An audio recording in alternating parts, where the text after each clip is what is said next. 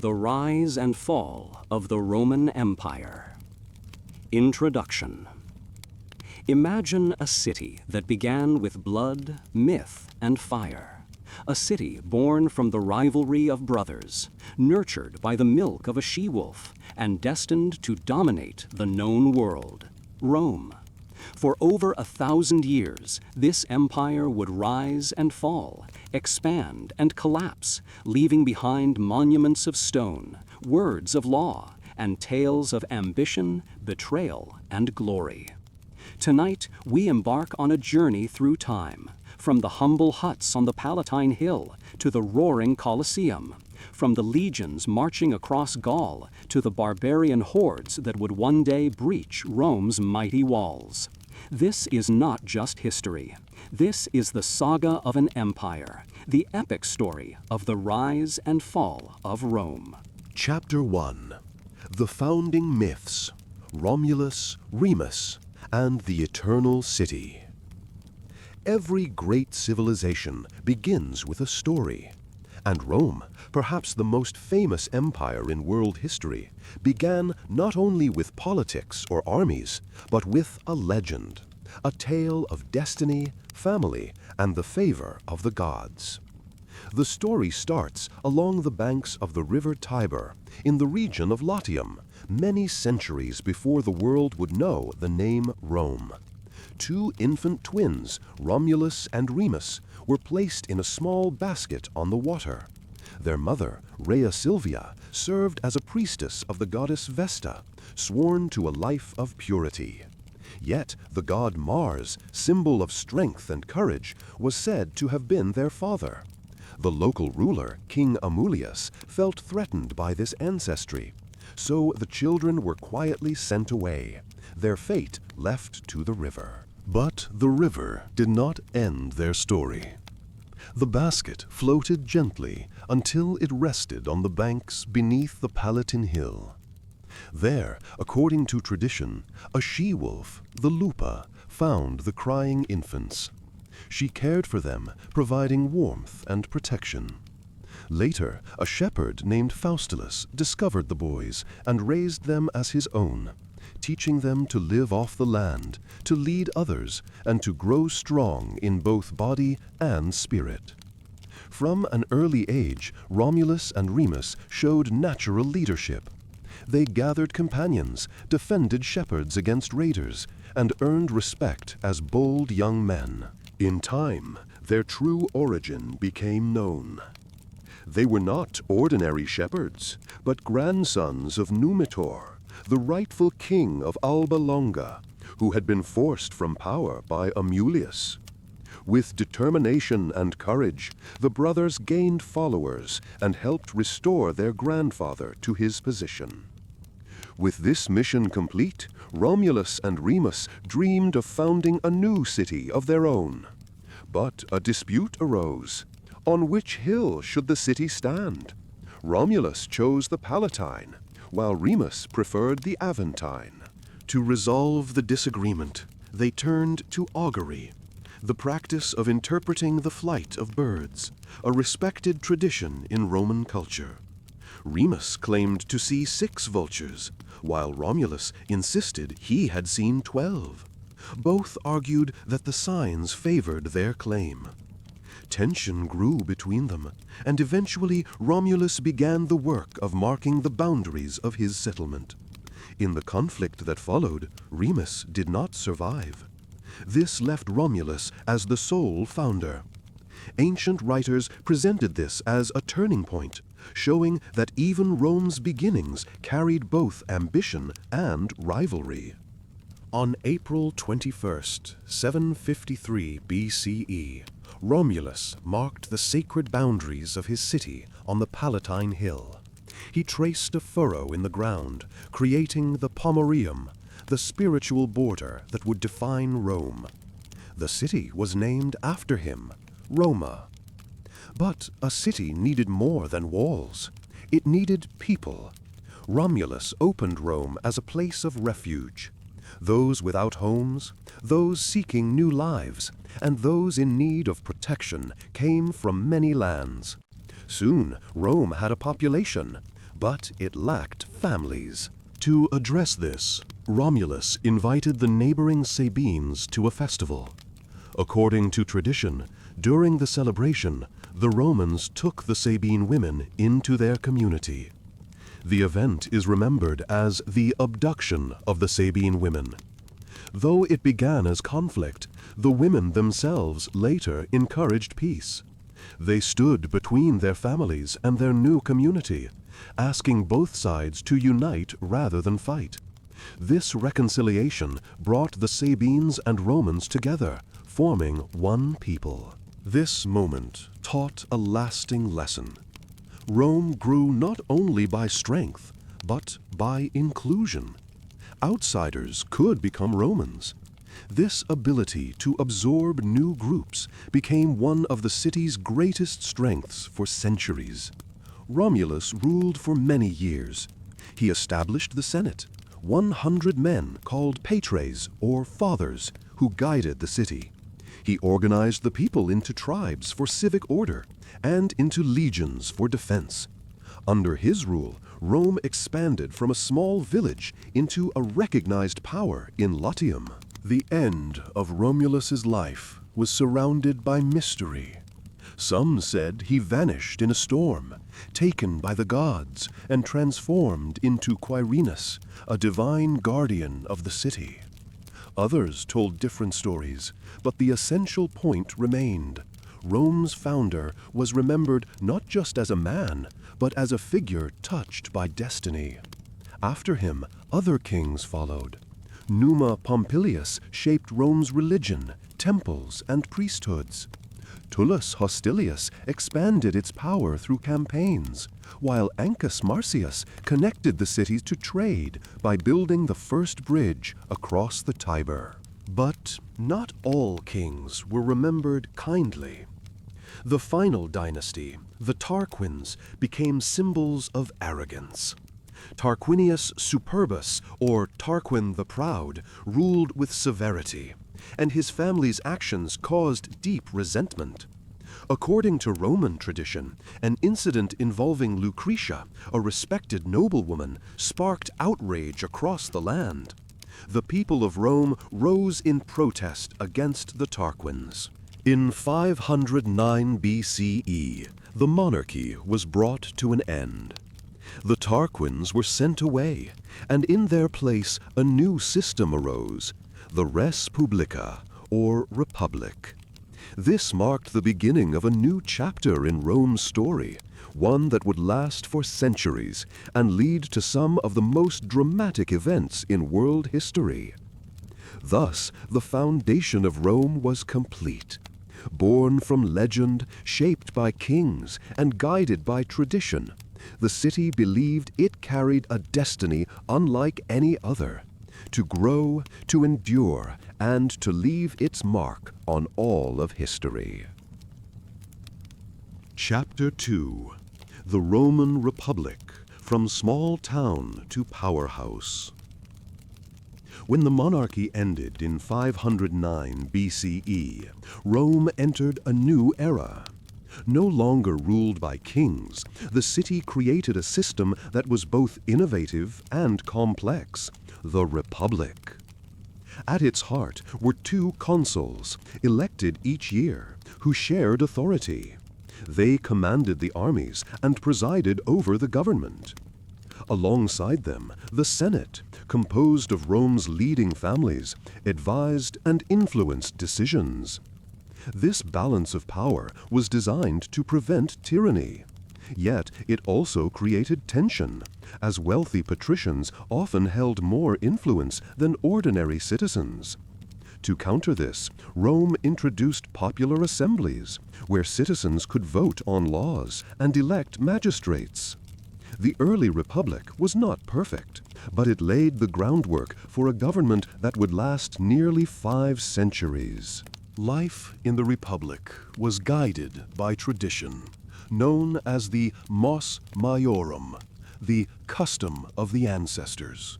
Respect for elders, duty to family, and loyalty to the community were central values. Roman citizens were expected to serve the state in times of need, especially through military service. Rome at this stage was still a modest town, but it was fiercely independent. Surrounded by rivals such as the Etruscans, the Latins, and the Samnites, Rome relied on its citizen soldiers. These men were farmers by trade and soldiers in season, fighting not for pay, but for the survival of their city. This sense of duty would become a defining strength of the Republic. As decades passed, Rome faced repeated challenges. The young Republic fought against the Etruscan city of Veii, against neighboring Latin towns, and against the Sabines and Volsci. Each conflict tested Rome's endurance, and each victory expanded its influence. A critical moment came with the invasion of the Gauls in 390 BCE. According to tradition, the city of Rome was captured and burned. The trauma left a lasting mark, reminding Romans of their vulnerability. Yet from this disaster, Rome rebuilt stronger than before. They restructured their defenses, reformed their legions, and swore never again to be so exposed. Rome's strength lay not only in arms, but also in flexibility. Unlike many ancient states, Rome was willing to integrate defeated peoples. Some were granted partial citizenship, others were allied communities bound by treaties. In this way, Rome created a network of loyalty that reached across central Italy. This policy transformed enemies into partners. Instead of destroying conquered towns, Rome offered them a stake in its success. Roads were built, trade increased, and Latin became the common language. Slowly, Rome turned from a single city into the leader of a growing federation. The struggle between Rome's social classes also shaped the Republic. Patricians, the wealthy aristocrats, controlled most of the land and political offices. The plebeians, or common citizens, demanded more rights. Over time, through peaceful pressure and occasional strikes, the plebeians gained representation. One of the most important reforms was the creation of the office of tribune of the plebs. Tribunes had the power to protect ordinary citizens and to veto unfair decisions. Another milestone was the 12 Tables, Rome's first written code of laws, established around 450 BCE. These laws gave clarity and reduced the power of arbitrary judgment. By the 4th century BCE, Rome had become the dominant power in central Italy. The Samnite Wars, fought between 343 and 290 BCE, were particularly challenging. The Samnites were skilled mountain warriors, and battles against them were long and costly. Yet Rome's persistence proved decisive. With discipline, organization, and alliances, Rome gradually defeated the Samnites and extended its control further south. Through these struggles, the Roman legions evolved. Soldiers fought in flexible formations, with heavy infantry supported by light troops. This adaptability gave Rome an edge over more traditional enemies. Rome's expansion eventually brought it into conflict with the Greek colonies of southern Italy. Cities such as Tarentum called for help from the Greek world. In 280 BCE, the famous general Pyrrhus of Epirus landed in Italy with war elephants and a professional army. His early victories shocked the Romans, but each success came at heavy cost. From this campaign comes the phrase Pyrrhic victory, a win so costly it feels like defeat. Eventually, Pyrrhus withdrew, leaving Rome as the dominant force in Italy. By the early 3rd century BCE, Rome controlled nearly the entire peninsula. The Republic's success was not only military, but also cultural. Roman religion honored countless gods and spirits, blending local traditions with influences from the Etruscans and Greeks. Festivals, rituals, and temples were central to civic life. Public ceremonies reminded citizens of their shared identity and duty to the state. Daily life for most Romans remained simple. Farmers worked their fields, families gathered in small houses, and trade flowed through markets. Yet, even in these early centuries, Rome displayed traits that would define it: resilience, adaptability, and ambition. By this time, Rome had established itself as more than a local power. Its alliances, its military, and its political structure gave it strength beyond its size. The Republic's foundation rested on participation. Citizens who served in the legions, voted in assemblies, and followed traditions that bound society together. Still, challenges loomed on the horizon.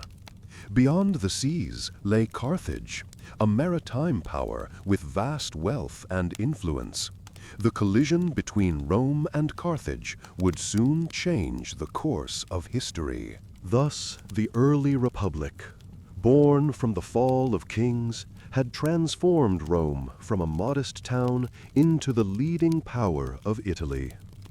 Guided by tradition, strengthened by alliances, and hardened by war, Rome now stood prepared for the greatest struggle yet, the Punic Wars. The stage was set for Rome's rise from a regional power to a Mediterranean empire. The coming conflicts would define not only the Republic's destiny, but the destiny of the ancient world. Chapter 3: The Punic Wars, Clash with Carthage.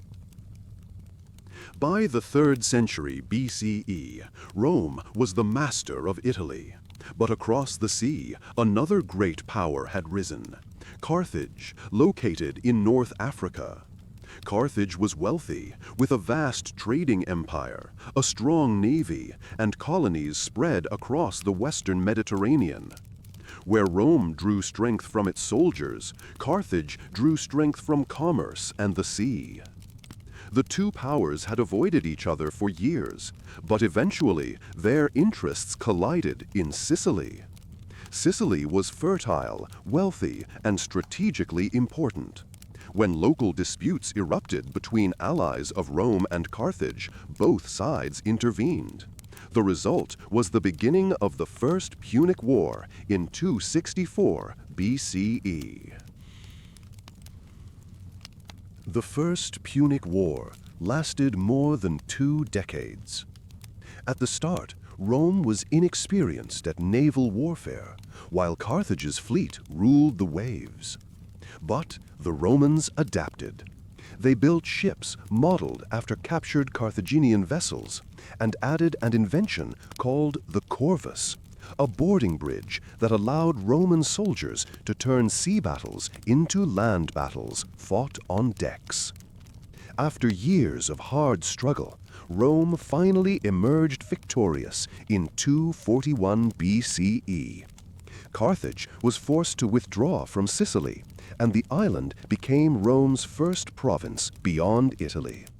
This marked the start of Rome's transformation into a Mediterranean power. The peace did not last long. Carthage rebuilt its influence, especially in Spain, under the leadership of the powerful Barcid family.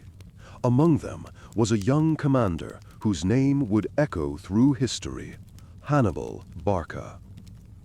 Hannibal grew up with a deep hatred of Rome. His father, Hamilcar, had fought in the First Punic War and made his son swear eternal resistance against Rome. Brilliant, daring, and relentless, Hannibal would become one of the most famous generals of antiquity. In 218 BCE, the Second Punic War began.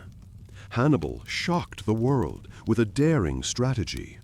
Instead of sailing directly to Italy, He led his army, including cavalry and war elephants, over the Pyrenees, through Gaul, and across the Alps. The journey was brutal, but his forces reached Italy, catching Rome completely off guard. There, Hannibal won a series of stunning victories. At the Battle of Trebia, he used clever tactics to trap Roman forces. At Lake Trasimene, he ambushed an entire Roman army in foggy terrain, inflicting heavy losses. The greatest shock came in 216 BCE at Cannae, where Hannibal faced a much larger Roman force. Using a double envelopment tactic, he surrounded the Roman legions and won one of the most famous victories in military history. Rome suffered enormous losses, and for a moment the Republic seemed on the brink of collapse. But Rome did not surrender. The city showed extraordinary resilience. Instead of negotiating, Rome raised new legions, tightened discipline, and refused to give in, even after repeated setbacks. Allies who considered deserting were kept loyal by Rome's determination. For more than a decade, Hannibal roamed Italy, defeating Roman armies, but never striking directly at the city of Rome itself. Meanwhile, Rome adapted its strategy. Commanders like Fabius Maximus adopted delaying tactics, avoiding open battle, and instead wearing Hannibal down. Gradually, Rome shifted the war to other fronts. In Spain, Roman generals gained ground. Among them was Publius Cornelius Scipio, later known as Scipio Africanus, who rose as a brilliant leader in his own right. By 204 BCE, Scipio carried the war to North Africa itself. Carthage recalled Hannibal from Italy to defend the homeland. The two great commanders finally met at the Battle of Zama in 202 BCE. Scipio anticipated Hannibal's use of elephants, creating gaps in his lines to neutralize them. In a hard-fought battle, the Romans prevailed. Carthage was forced to surrender, losing its empire outside Africa and agreeing to strict limitations on its military. Rome now stood as the supreme power in the Western Mediterranean. But even this was not the end.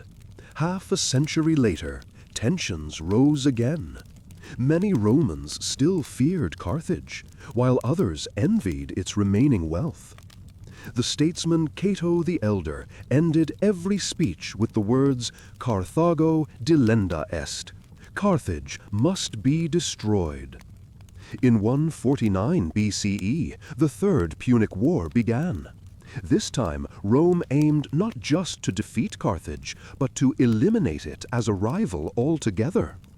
After a long siege, Carthage was captured in 146 BCE. The city was dismantled, its population dispersed, and its lands turned into the Roman province of Africa. On the very same year, 146 BCE, Rome also triumphed in Greece by defeating the city of Corinth. With Carthage gone and Greece subdued, Rome was now the unquestioned master of the Mediterranean world. The Punic Wars had transformed the Republic. Once a regional power in Italy, Rome had become an empire in all but name. Provinces across Spain, North Africa, and Greece now sent taxes, resources, and troops to Rome. The victory, however, brought new challenges. Wealth flowed into Rome, but so did inequality and corruption. Senators grew rich from conquered provinces, while ordinary farmers struggled. The Republic had proven its strength abroad, but at home, tensions were rising. Still, the memory of the Punic Wars remained a source of pride.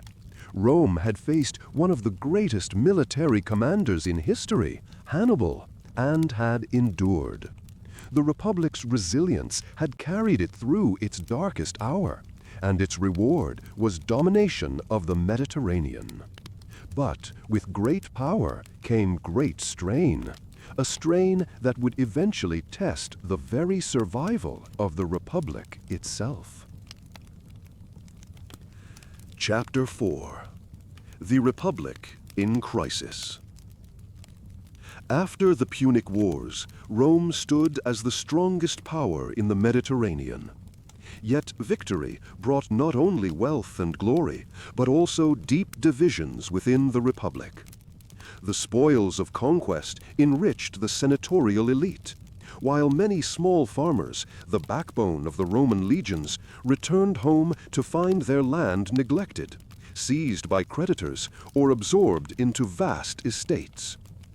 These estates, called latifundia, were worked by enslaved laborers captured during Rome's wars. As farms of ordinary citizens disappeared, the balance of Roman society shifted.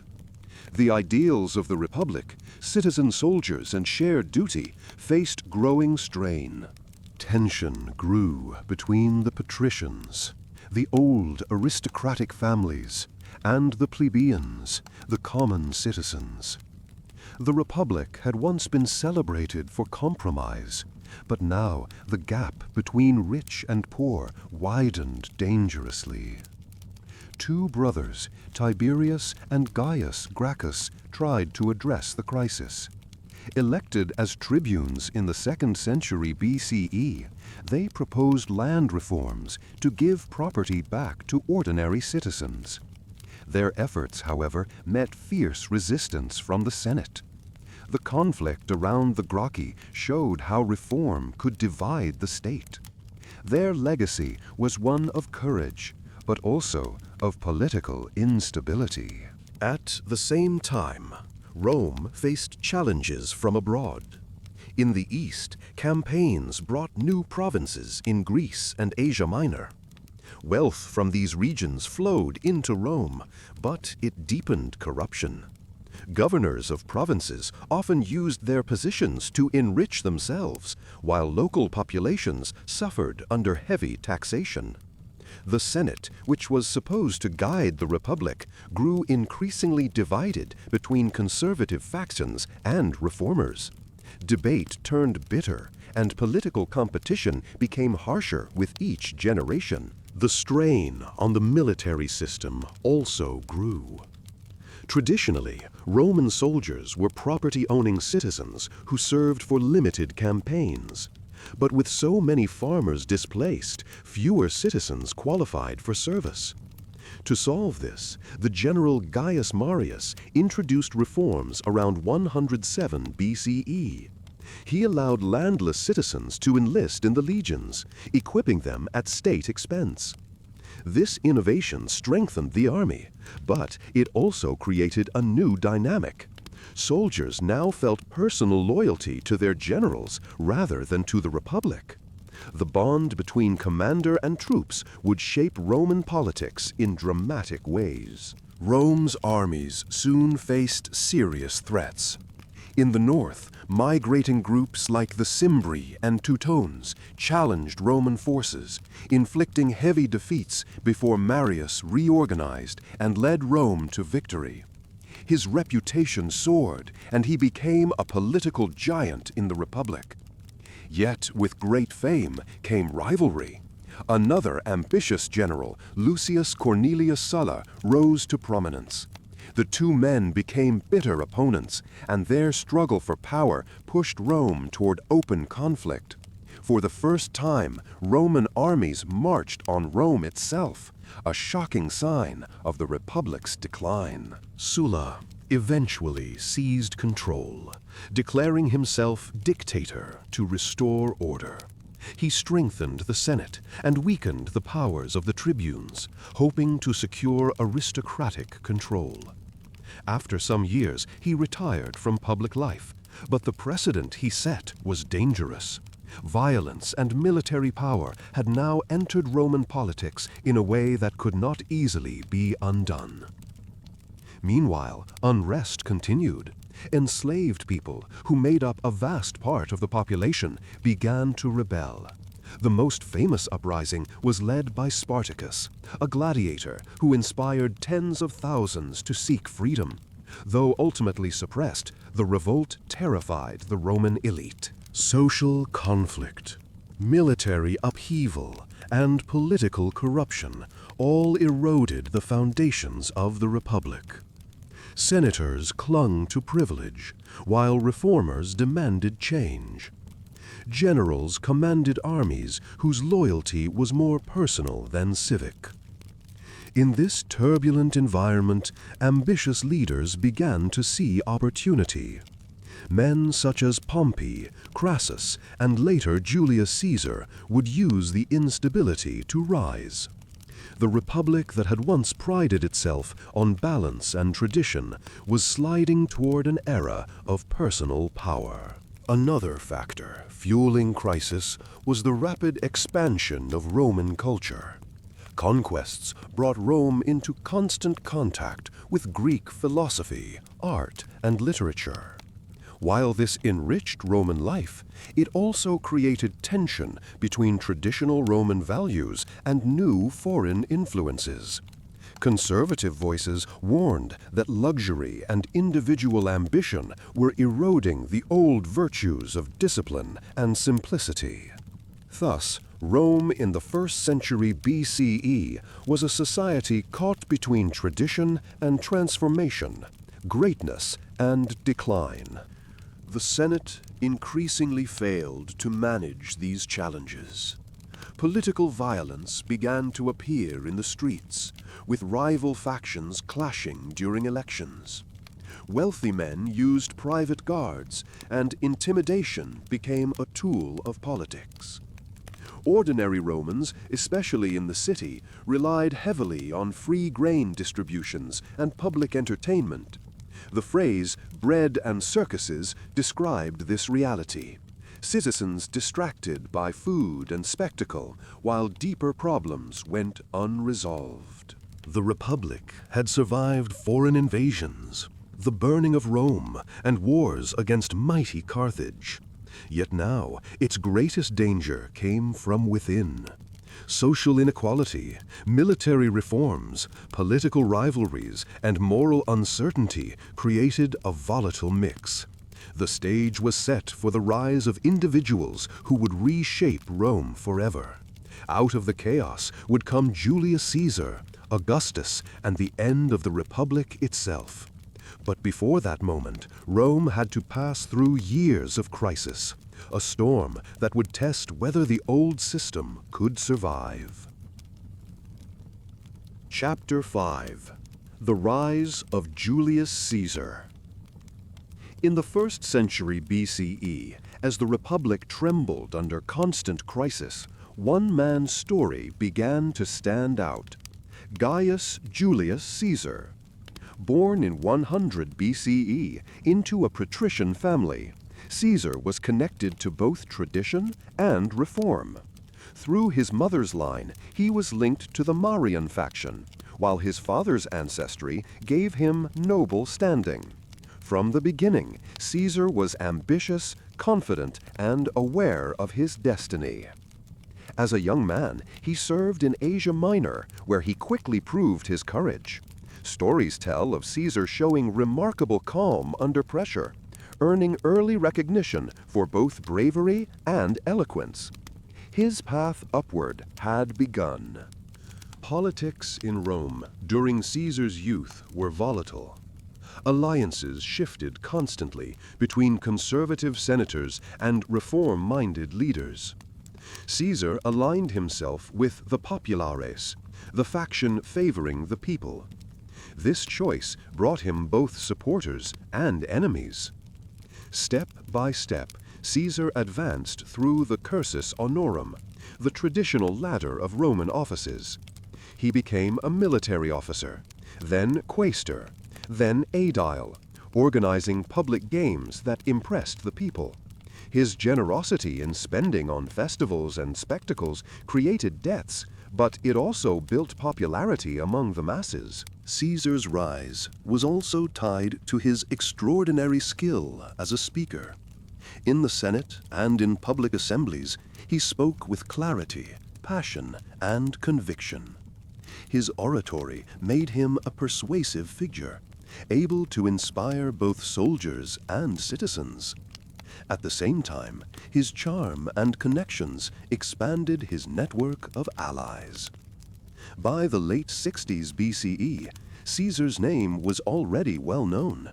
Yet he sought not only honor within Rome, but also military achievement, the kind of glory that could secure lasting power.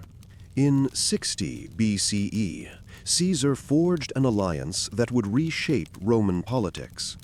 Together with Pompey the Great, a celebrated general, and Marcus Licinius Crassus, the wealthiest man in Rome, he formed what historians call the First Triumvirate. Though unofficial, this pact gave the three men enormous influence. Pompey brought military prestige, Crassus brought financial resources, and Caesar brought ambition and popular support.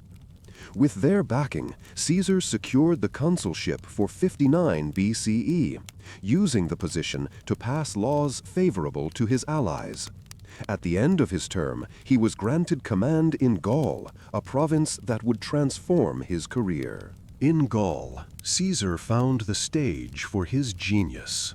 From 58 to 50 BCE, he led Roman legions in a series of campaigns that expanded Roman territory across modern France, Belgium, and beyond. His commentaries, the Commentarii de Bello Gallico, recorded these events in a clear, direct style, shaping his reputation even in his own lifetime. Caesar's victories over the Helvetii, the Belgae, and later the rebellion of Vercingetorix at Alesia displayed both his strategic brilliance and his relentless determination. Rome's borders were secured, and Caesar's fame soared to new heights. While Caesar triumphed abroad, politics in Rome grew more unstable.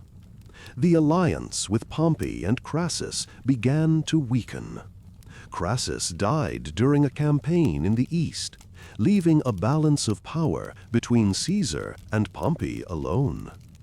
Meanwhile, conservative senators grew alarmed at Caesar's growing influence. When Caesar's term in Gaul neared its end, his enemies in the Senate demanded that he return to Rome without his army. For Caesar, this was unacceptable. To surrender his command would mean the loss of power and possibly prosecution by his rivals. In 49 BCE, Caesar made a choice that changed history. He led his legion across the small river Rubicon, the traditional boundary of Italy, declaring with this act that he would not obey the Senate's command. His words, "Alea iacta est," the die is cast, signaled the start of a new phase in Rome's story. Civil war followed, as Pompey and many senators fled to the east. Caesar advanced swiftly through Italy, winning support from many cities. His march was not only a military act, but also a statement. Caesar would not be stopped. The conflict between Caesar and Pompey culminated in Greece at the Battle of Pharsalus in 48 BCE. Despite being outnumbered, Caesar's disciplined legions defeated Pompey's forces. Pompey fled to Egypt, where he met his end. Caesar, arriving soon after, became entangled in the politics of Alexandria, and famously allied himself with Cleopatra VII. Their relationship would echo through history, linking Roman power with Egyptian royalty. Returning to Rome, Caesar was hailed as a victor, but his dominance unsettled many. Caesar accepted titles and honors. eventually becoming Dictator Perpetuo, dictator for life. He used this position to enact reforms, reducing debts, reforming the calendar, expanding the Senate, and planning large public works. Many ordinary Romans welcomed these changes, seeing Caesar as a champion of the people. Yet among the Senate, unease grew. Some feared that Caesar aimed to become king, a title hated by Romans since the expulsion of the Tarquins centuries earlier.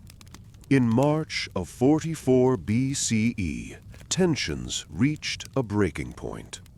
On the Ides of March, Caesar was confronted by a group of senators led by Brutus and Cassius. In the Senate chamber, he fell to their plot. The Republic was thrown into chaos once more. But the death of Caesar did not restore the old system. Instead, it opened the door to further conflict, to the rise of Octavian, later Augustus, and to the transformation of the Republic into an empire. Thus ended the life of Julius Caesar, a man whose ambition, genius, and vision changed Rome forever. His story marked both the climax of the Republic and the dawn of a new age. Chapter 6: The Age of Augustus, Pax Romana. The death of Julius Caesar in 44 BCE did not restore the Republic. Instead, Rome entered another period of struggle.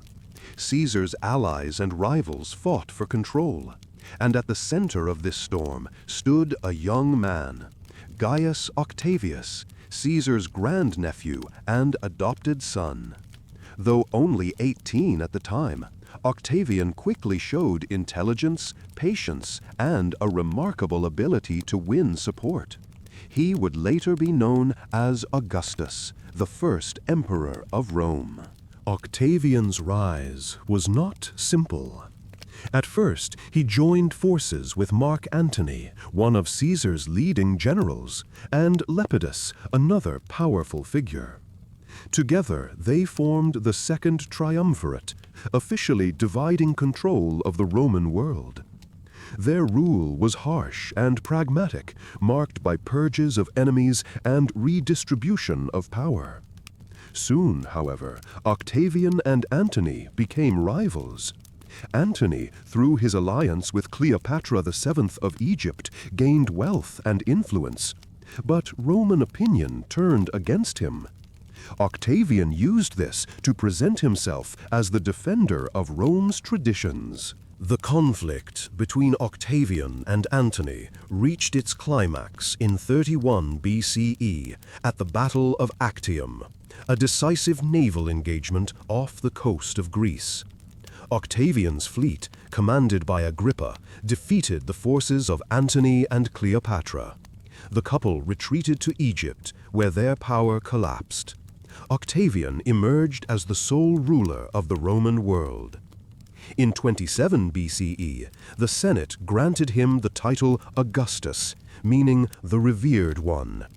Though he spoke of restoring the Republic, in practice, Augustus created a new system, the Principate, that gave him supreme authority while maintaining the appearance of traditional offices. Augustus understood that power had to be stable, not flashy.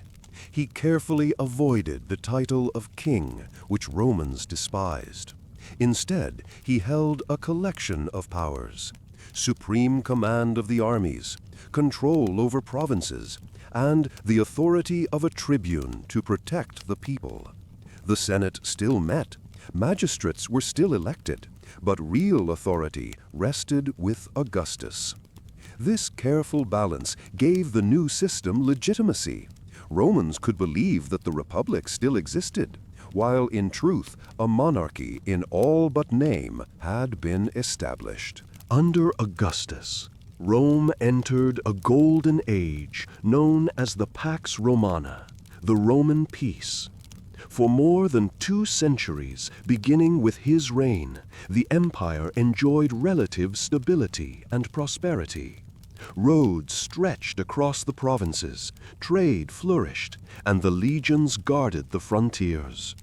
Augustus himself lived modestly, promoting traditional Roman values of discipline and family. He encouraged laws to strengthen marriage and morality, while also patronizing literature and art. Under his guidance, writers like Virgil, Horace, and Livy produced works that celebrated Rome's destiny and greatness. Augustus also undertook great building projects.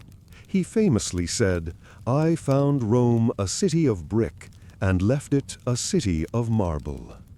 Temples, theaters, and public buildings transformed the capital into a symbol of imperial grandeur. The Forum of Augustus stood as a monument to his leadership, while new aqueducts and infrastructure improved daily life for the people. At the same time, Augustus ensured control of the provinces. Governors reported to him directly, and the legions, loyal to their emperor, provided security. Foreign policy under Augustus was cautious but effective. He secured Spain, Gaul, and the eastern provinces, while pushing Roman influence deep into Central Europe. In Germania, however, expansion met resistance. In 9 CE, 3 Roman legions were lost in the Teutoburg forest, a shocking setback. Augustus reportedly mourned the disaster for years. Yet, despite this defeat, the empire's borders remained secure, stretching from the Atlantic Ocean to the Euphrates River. The personal life of Augustus also shaped his reign. His marriage to Livia Drusilla created a powerful partnership. Together, they projected an image of stability and traditional family life, even as succession issues troubled the imperial household. Augustus outlived many of his heirs, and eventually his stepson Tiberius was chosen to succeed him. By the time Augustus died in 14 CE, he had ruled for more than 40 years. His funeral was a moment of grandeur, and he was declared a god by the Senate.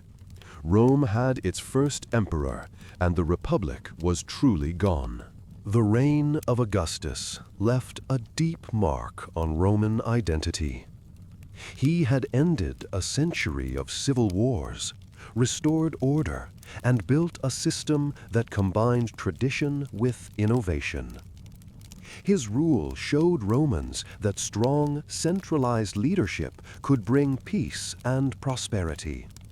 At the same time, the cost was the loss of political freedom. Elections still happened, but outcomes were carefully managed, and opposition had little chance to succeed. Yet, for most Romans, the results justified the system. Under Augustus, the city grew in splendor, the empire expanded, and the people enjoyed stability unknown for generations. The Pax Romana would continue under his successors, shaping centuries of Roman life. Thus, the story of Augustus is the story of transformation, from republic to empire, from chaos to order, from ambition to legacy. He set the standard by which all later emperors would be measured. Rome had entered a new era, one that promised greatness, but also carried challenges yet to come. Chapter 7. The Glory of the Empire. With Augustus gone, the empire entered a new phase. His successors would face the challenge of living up to the legacy he had created. Though some ruled with wisdom and others with excess, together they shaped the image of Rome at its height. This was the age when monuments rose higher, when spectacles grew grander, and when Rome became not only a city, but the symbol of an entire world. The early emperors of the Julio-Claudian dynasty carried both the burden and the promise of Augustus's system. Tiberius, his stepson, ruled with caution and discipline. He strengthened the empire's finances and maintained security, though he was often criticized for suspicion and severity. After him came Gaius, remembered by the nickname Caligula. His reign was short and controversial, filled with extravagance and eccentric projects.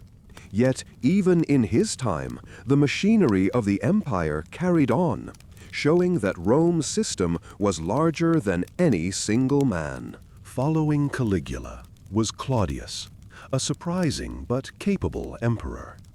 Once dismissed for his health and reserved nature, he proved to be an able administrator.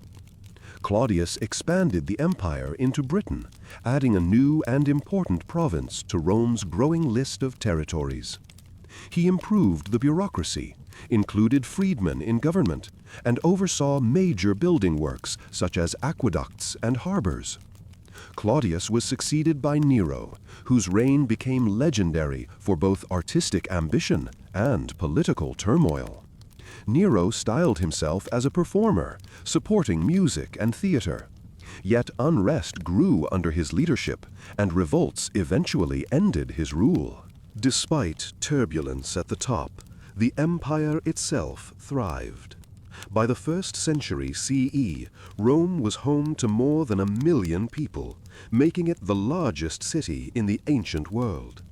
The skyline was filled with temples, basilicas, theaters, and monuments. Streets buzzed with markets, traders, and citizens from every corner of the empire. Perhaps nothing symbolized Rome's grandeur more than the Colosseum, begun under Emperor Vespasian and completed under his son Titus. This vast amphitheater could hold tens of thousands of spectators, who gathered to watch games and performances that displayed both the power and wealth of the empire. The games of the Colosseum were elaborate public events. Citizens watched athletes, recreations of famous battles, and displays involving animals from across the empire. Lions from Africa, bears from the mountains, exotic birds from the east. These spectacles were more than entertainment. They were political theater, reminding the people of the empire's reach and of the generosity of their leaders. At the same time, smaller amphitheaters across the provinces brought similar experiences to distant towns, binding citizens together through shared culture. Beyond entertainment, daily life in Rome was shaped by its remarkable infrastructure. Aqueducts carried fresh water across miles of countryside into the city. Public baths, or thermae, offered places to wash, relax, and socialize. Forums served as centers of commerce and debate, while temples honored the gods with rituals that gave meaning to civic life. For the wealthy, villas displayed luxury with mosaics and gardens. For ordinary citizens, apartment blocks known as insulae housed families in crowded but vibrant neighborhoods. Despite inequalities, the rhythm of Roman life connected rich and poor through festivals, markets, and public spaces. The empire's success was also reflected in its administration. Provinces stretched from Spain to Syria, from North Africa to Britain. Governors, often appointed by the emperor, maintained order and collected taxes. Roman law provided a framework that applied across cultures, gradually creating a sense of shared identity. The legions ensured stability. Stationed along the frontiers, they defended borders and built roads, forts, and towns. Veterans often settled in colonies, spreading Roman customs into distant lands.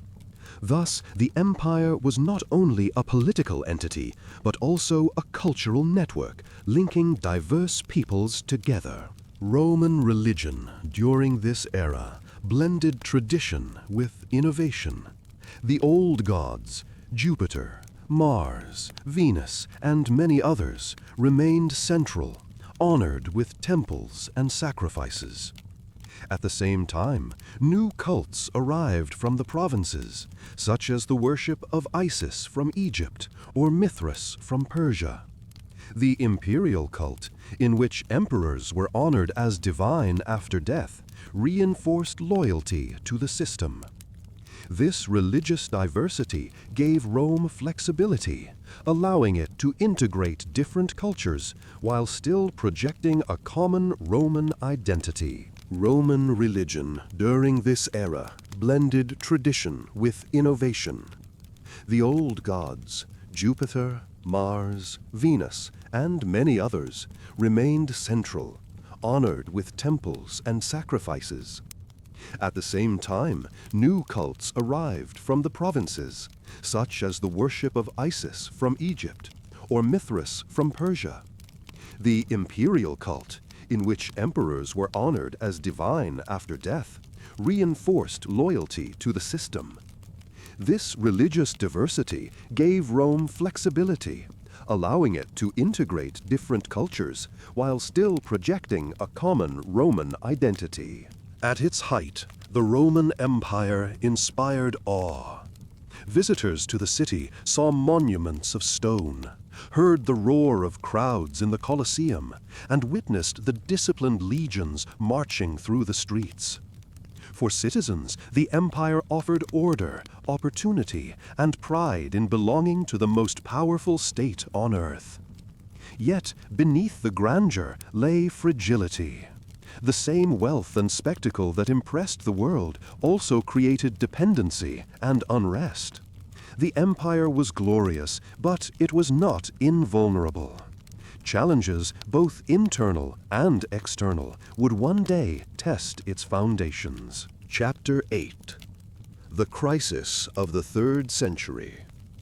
By the 2nd century CE, Rome had reached its greatest extent.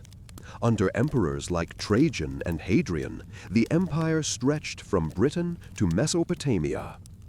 But prosperity did not last forever.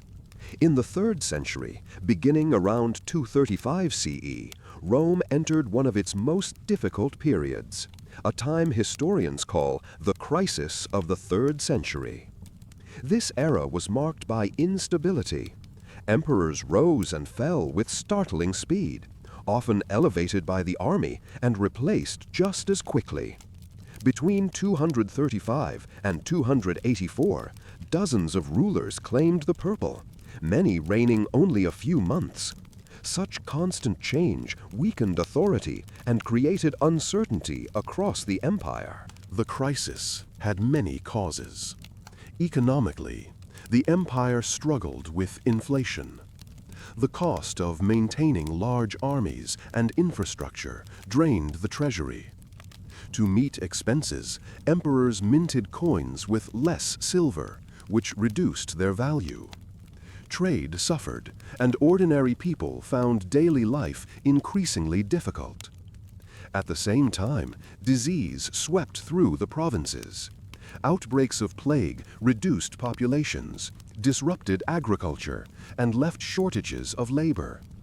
The empire's strength was tested not by one single enemy, but by a combination of challenges pressing from every side. Externally, new threats emerged. Along the northern frontiers, Germanic groups pressed into Roman territory. In the east, the powerful Sassanid Persian Empire challenged Rome, seeking to expand into Mesopotamia and beyond. Battles along these borders strained the legions, and defeats shook Roman confidence. The capture of Emperor Valerian by the Persians in 260 CE was a particularly shocking moment. It symbolized how vulnerable Rome had become, and it encouraged enemies to push further against imperial defenses. The empire itself began to fracture. Regional commanders, faced with the weakness of central authority, sometimes broke away to form independent states. In the west, the so-called Gallic Empire emerged, controlling Gaul, Britain, and parts of Spain. In the east, the city of Palmyra, under Queen Zenobia, built a powerful realm that rivaled Rome's authority. For a time, the empire seemed in danger of permanent division. Yet even amid fragmentation, Roman culture and institutions endured. Local elites continued to build monuments, hold festivals, and maintain civic life, showing the resilience of Roman traditions. The legions, once symbols of unity, were also a source of instability. Soldiers often declared their commanders emperor, leading to repeated struggles for the throne. Ambitious generals sought power through the loyalty of their troops, while the Senate and traditional institutions faded into the background. This cycle of military rule created short-term leaders, but few lasting solutions. The empire needed stability, but the constant rivalry among generals made recovery difficult. Despite the turmoil, the 3rd century was not only decline. It was also a period of adaptation. New military strategies emerged, with greater emphasis on cavalry and mobile defense. Fortifications were strengthened along the frontiers, and provincial cities developed their own resilience. Religion, too, was evolving. Traditional Roman gods remained important, but new spiritual movements gained followers, offering hope in uncertain times. The diversity of beliefs reflected both the anxiety and the creativity of this era. One of the few emperors who managed to restore temporary order was Aurelian, reigned 270 to 275 CE. Known as Restitutor Orbis, restorer of the world, he reunited the empire by defeating the Gallic and Palmyrene breakaway states. Aurelian also began constructing massive defensive walls around Rome, preparing the capital for threats that once would have seemed unthinkable. Though his reign was brief, Aurelian demonstrated that strong leadership could still revive the empire, at least for a time.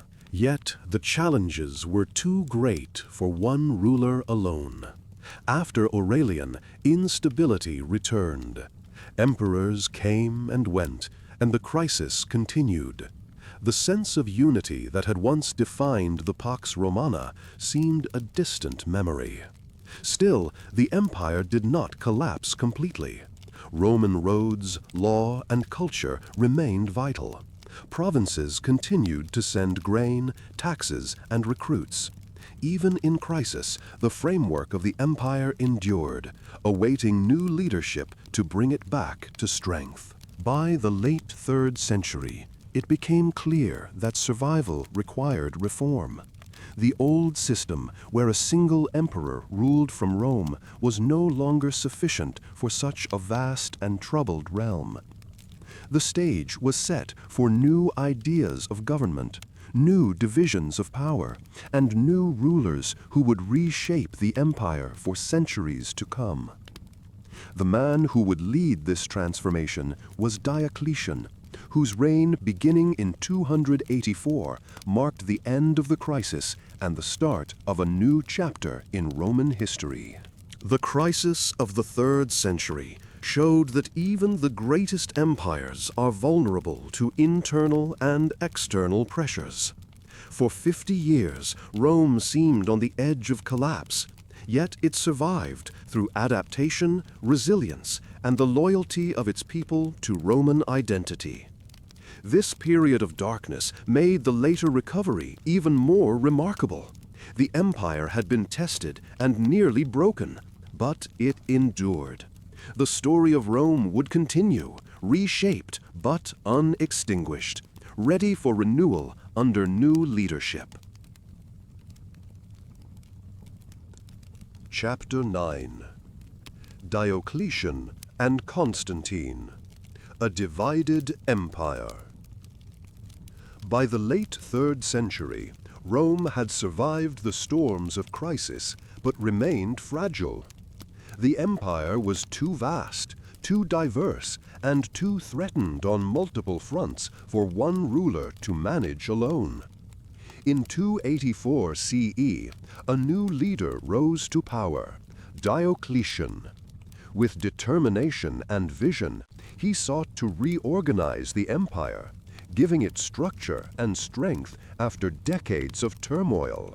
Diocletian's most important reform was the creation of the Tetrarchy, or Rule of Four.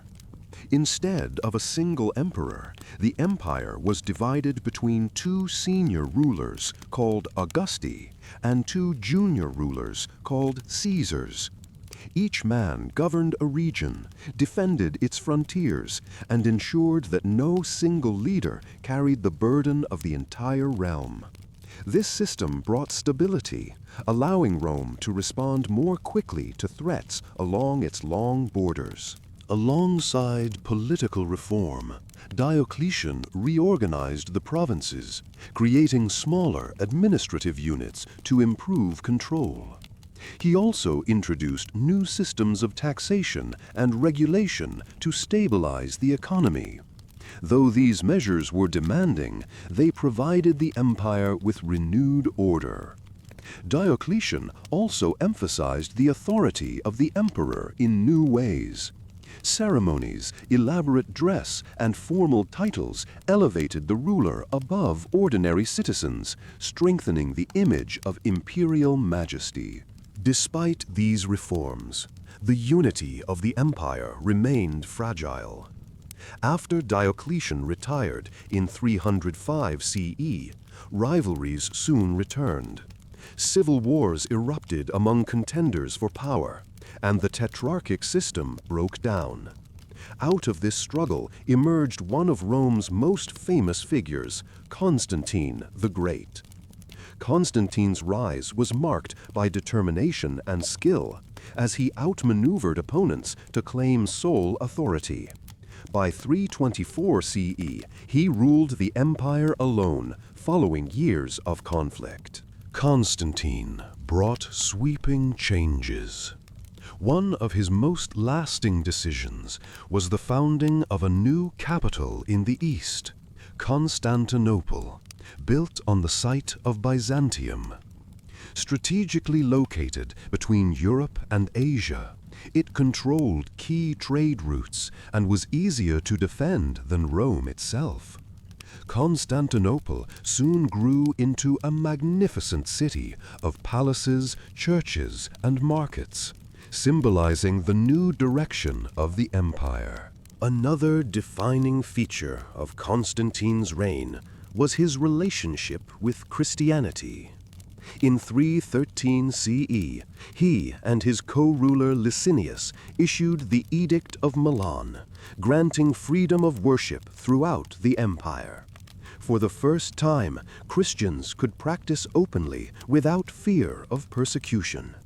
Constantine himself showed personal favor toward the faith, supporting church councils and commissioning great basilicas. Though traditional Roman religions continued, Christianity now began its rise to prominence, transforming the cultural and spiritual landscape of the empire. Constantine also reorganized the army, strengthening cavalry and border defenses. He continued many of Diocletian's reforms while adapting them to his own vision. His reign provided stability after decades of division, and his leadership marked a turning point in Roman history. The combination of a strong eastern capital, a reorganized army, and religious tolerance gave the empire fresh energy. For many citizens, Constantine's rule represented renewal and hope. Yet, Constantine's decisions also highlighted the reality that Rome was no longer a single, unified state. Power increasingly shifted to the east, where Constantinople became the center of wealth and strategy. The western half of the empire, with its older cities and heavier burdens, struggled to match the prosperity of the east. This division would have lasting consequences.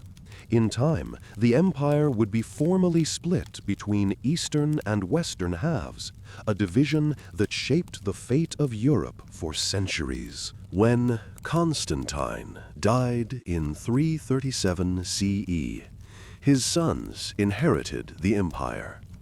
The unity he had achieved quickly fractured again, as rivalries among heirs weakened central authority. Still, his legacy endured.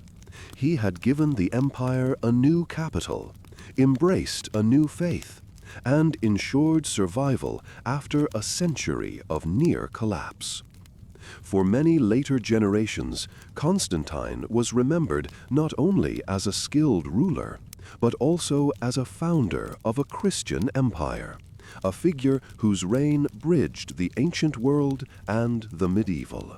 The age of Diocletian and Constantine showed both the resilience and the transformation of Rome. Old traditions of the Republic and early empire gave way to new systems of power, new capitals, and new beliefs. The empire that emerged was different from the one of Augustus's time, yet it carried the Roman name, Roman law, and Roman ambition. The stage was now set for new challenges. For though Constantine had given the empire strength, new storms were rising, storms that would strike hardest in the western half of the Roman world. Chapter 10. The Barbarian Storm. By the 4th century CE, the Roman Empire was no longer the unchallenged power it had once been. Internally, rivalries and divisions weakened authority, while new pressures grew along the borders. Beyond the Rhine and Danube, many peoples sought land, security, and opportunity. These groups, often called barbarians by the Romans, were not all enemies.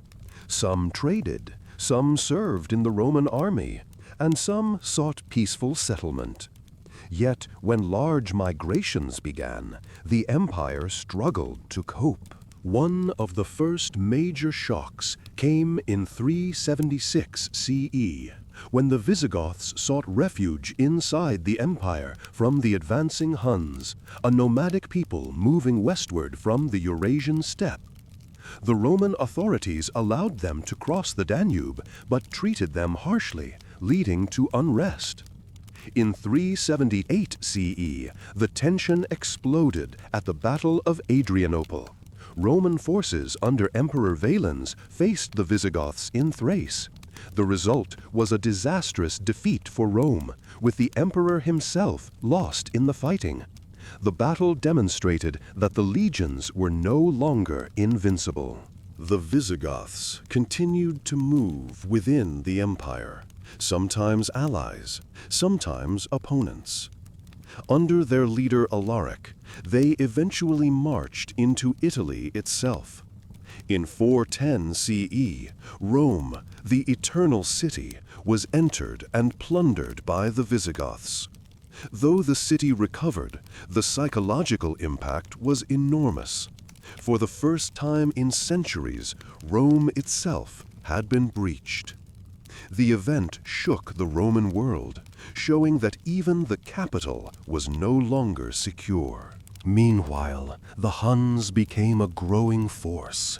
Fierce horsemen, skilled with bow and lance, they inspired both fear and respect. In the mid-5th century, their most famous leader, Attila, led campaigns that reached deep into Gaul and Italy.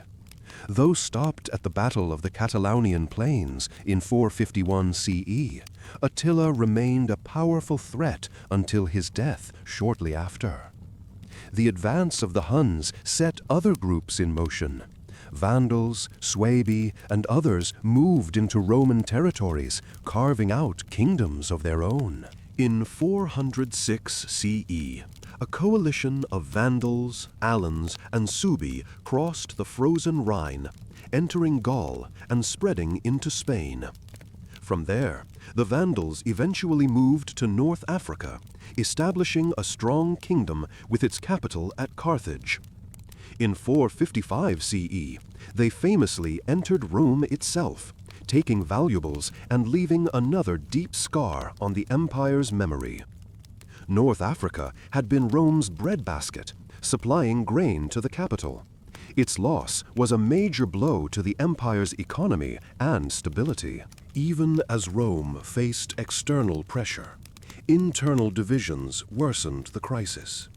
The empire had been formally divided into eastern and western halves, with Constantinople thriving in the east. The western half, however, was poorer, less urbanized, and more exposed to invasions. While the Eastern Empire managed to defend itself, the western provinces struggled under repeated attacks and declining resources. Roman leaders tried to adapt by recruiting many non-Roman soldiers into the army. These federate troops provided essential strength, but often served under their own leaders, blurring the line between allies and independent powers. Some rose to high rank within the empire, while others used their positions to establish authority over Roman lands.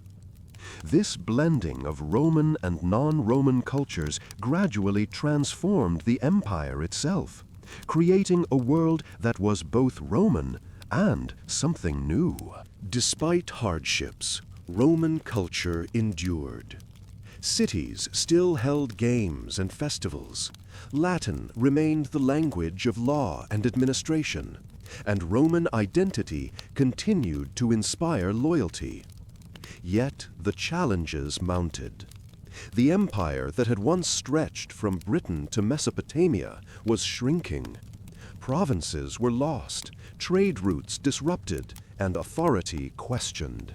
The Western Empire, in particular, was caught in a storm of pressures it could not fully control. In this era, leadership mattered more than ever. Strong generals like Stilicho held the empire together for a time, winning victories against invaders. But when such leaders fell, the weakness of the system became clear. The Senate in Rome still existed, but true power lay with emperors and their military commanders, many of whom struggled to maintain unity. The Eastern Empire, wealthier and more defensible, increasingly followed its own path, leaving the West vulnerable. The barbarian storm marked the beginning of the end for the Western Roman Empire. Rome still stood, its culture still vibrant, but the balance had shifted. External groups were no longer merely raiders. They were founders of new kingdoms inside former Roman lands. The Visigoths in Spain, the Vandals in Africa, and others carved out realms that would shape medieval Europe.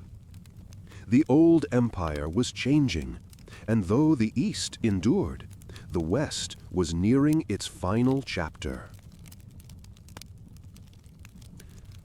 Chapter 11. The Fall of the West. By the 5th century CE, the Western Roman Empire was a shadow of its former self. Provinces had been lost, wealth had declined, and authority had fractured. While the Eastern Empire in Constantinople remained strong, the West struggled to survive, caught between external pressure and internal weakness.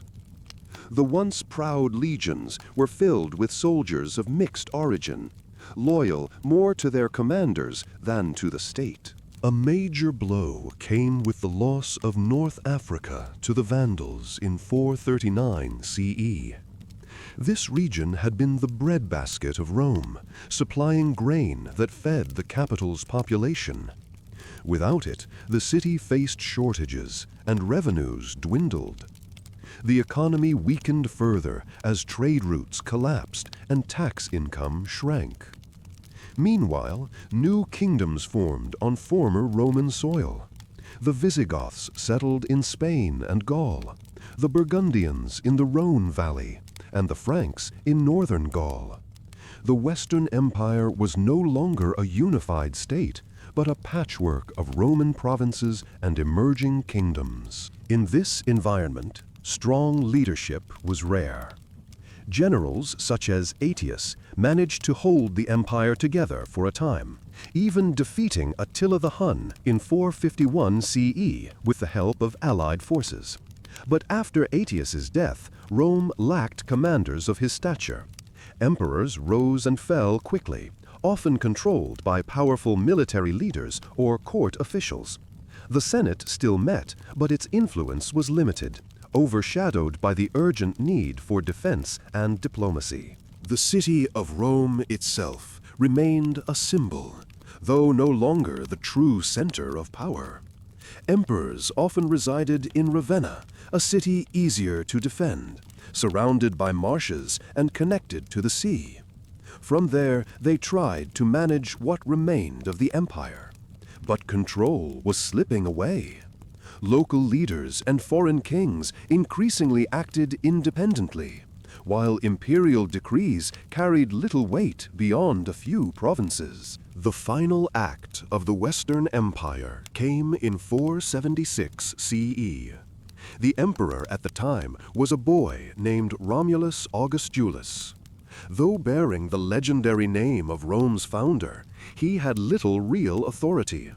His father, Orestes, acted as regent, but soon faced opposition from his own troops, many of whom were Federate soldiers of Germanic origin.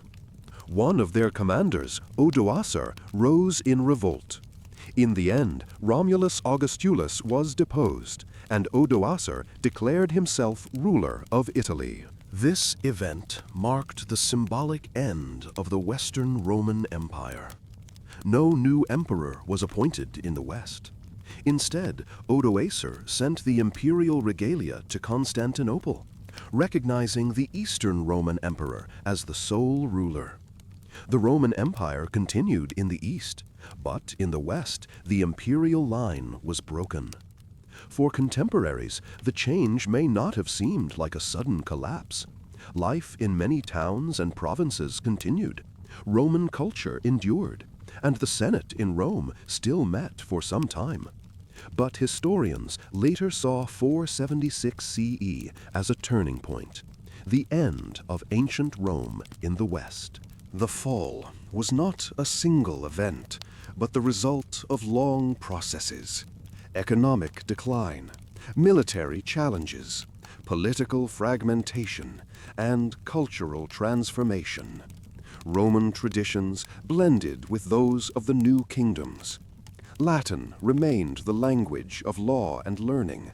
Roman roads and aqueducts still served communities, and Roman law influenced the rulers who followed.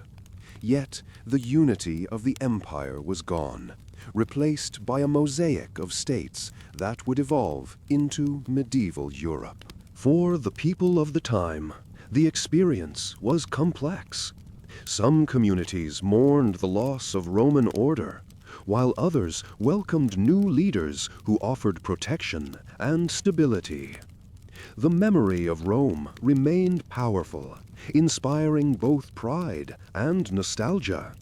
Even rulers of the new kingdoms often claimed Roman titles, presenting themselves as heirs to its legacy.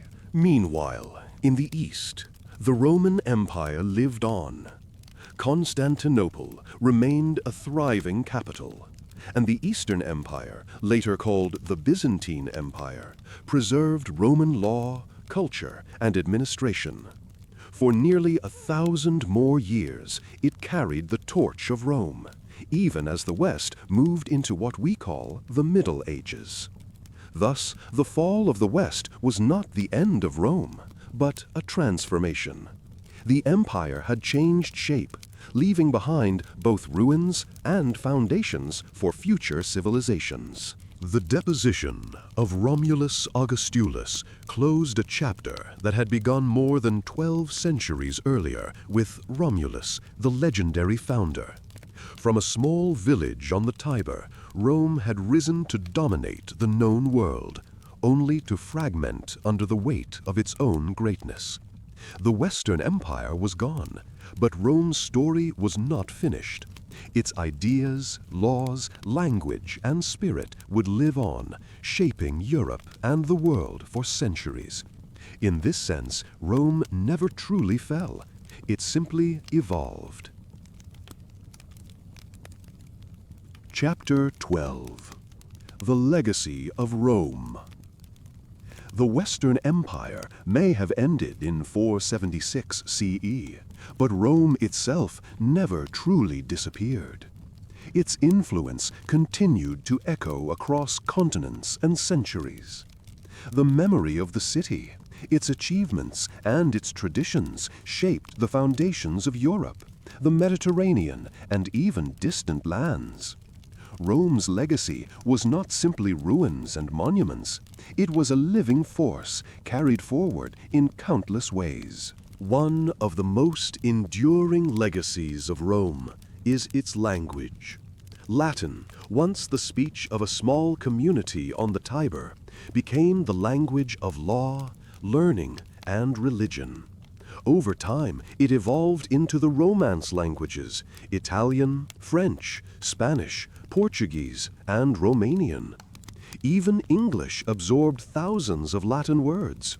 For centuries, scholars, clergy, and diplomats wrote in Latin, ensuring that the voice of Rome remained alive long after its empire had gone. Equally powerful was the legacy of Roman law. The legal principles of the Republic and Empire were gathered into great collections, such as the Corpus Juris Civilis under Emperor Justinian in the 6th century. These ideas, contracts, property rights, citizenship, and the rule of law, became the foundation for legal systems in Europe and beyond. To this day, many countries draw upon concepts first articulated by Roman jurists. Roman architecture and engineering also left a permanent mark. The aqueducts, roads, and bridges built by Roman hands continued to serve communities for centuries. The Colosseum, the Pantheon, and countless amphitheaters, forums, and baths displayed techniques of concrete construction and urban planning that influenced builders ever since. Modern stadiums, domes, and public spaces still echo Roman designs. The idea that architecture could serve both function and grandeur came directly from Rome. Rome's political ideas also resonated. Though the empire became autocratic, the memory of the Republic, with its Senate, assemblies, and system of checks and balances, inspired later thinkers. Renaissance scholars, Enlightenment philosophers, and even the founders of modern republics looked back to Rome as a model of civic virtue, law, and shared governance. The phrase Senatus Populusque Romanus, the Senate and people of Rome, remains a symbol of that tradition. Another profound legacy was religion. Christianity, once a small movement within the empire, gained protection under Constantine and later became the official faith of Rome. From there, it spread across Europe and the world, shaping cultures, values, and institutions for centuries. The Roman Church, centered in the city of Rome itself, preserved not only spiritual traditions, but also fragments of Roman culture, law, and learning through the Middle Ages. Roman culture and education also endured. The works of poets like Virgil, Horace, and Ovid continued to be read by scholars long after the empire's fall. Historians like Livy and Tacitus preserved accounts of Rome's past. Philosophers such as Seneca and Cicero influenced ideas about ethics, rhetoric, and leadership. In monasteries, schools, and later universities, Roman texts became central to the study of the humanities. Even the very idea of empire carried Rome's shadow. Medieval kings and later emperors claimed the Roman heritage to strengthen their authority. Charlemagne, in 800 CE, was crowned as Emperor of the Romans, reviving the concept of a Western empire. The Byzantine Empire, calling itself the Roman Empire, lasted for nearly 1,000 more years until the fall of Constantinople in 1453. In every era, rulers invoked Rome as a symbol of legitimacy and power. Rome's influence also touched daily life. The calendar we use today owes much to reforms introduced by Julius Caesar and later adjusted under Pope Gregory XIII. Roman numerals, weights and measures, and even simple customs such as public baths and civic festivals shaped cultures far from the Tiber. The legacy of Roman citizenship, the idea of belonging to a political community with rights and duties, continues to inspire modern nations. Thus, the story of Rome did not end with the fall of its empire. It transformed, spread, and lived on in countless forms. From language and law to architecture and faith, Rome's spirit became part of the fabric of the modern world.